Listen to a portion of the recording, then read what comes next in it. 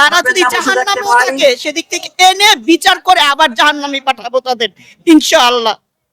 আমি তো আমাদের ভলান্টিয়াররা পলিথিন নিয়ে যাবে, আমি বুঝি, সেই পলিথিনে তো বোন ভাই আপনাদের যে যন্ত্রণা প্যাকেট, খালি প্যাকেট সেটা তুলে দিবেন। কেউ কোনোভাবেই 2010 সালে এই ফেসিলিটি হাসিনা আমার ভাইকে গুলি করে মেরে ফেলেছে, এখন পর্যন্ত সেখানে প্যাকেটটাও ফেলবেন না। অত বয়সও ছিল না, অত বুঝিও না, এত ভাইয়েরা সন্তানেরা পাশে ছিল না, কিন্তু আজকে এই ভাই এই সন্তানের জন্য অনেক মা বোন ভাই আমার পাশে আছে। দুইজন করে ইনশাআল্লাহ এই বিচার নিয়েই খাবার গ্রহণ করেন। এরপরে যদি খাবার রয়ে যায় তাহলে আমরা আবার সবাইকে দিব, আর যদি খাবার না থাকে তাহলে প্রয়োজনে আমরা না খেয়ে আমরা জনগণ হচ্ছি সরকার, যারা বসে আছে উপদেষ্টা পদে তাদেরকে বলবো যে তারা অতি বিলম্বে আপনারা আমাদের বিচার করবে, আর নয়তো তাদের উপযুক্ত উত্তর দিয়ে দিতে হবে।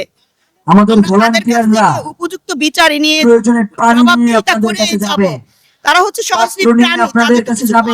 নাই মেরুদণ্ডহীন প্রাণীদের কিছু বলার নাই, তবে একটা কথা আসিফ নজরুল এবং বসে আছেন সেই জায়গাটাকে নোংরা করবেন না, যে আপনারা মায়েদের চোখের পানি দেখছেন, আপনাদের সবার খাবার শেষ হয়ে যাবে, দেখেন নাই, আপনারা বসে থাকেন, আপনারা বোনের অহংকার দেখছেন, আমাদের ভলান্টিয়ার আপনাদের গিয়ে হাত ধুয়ে দিয়ে আসবে, ছিড়া নিয়ে আসবো সেই খুনিদের। তারা যদি জাহান্নামেও থাকে সেদিক থেকে এনে বিচার করে আবার জাহান্নামে পাঠাবো তাদের ইনশাআল্লাহ।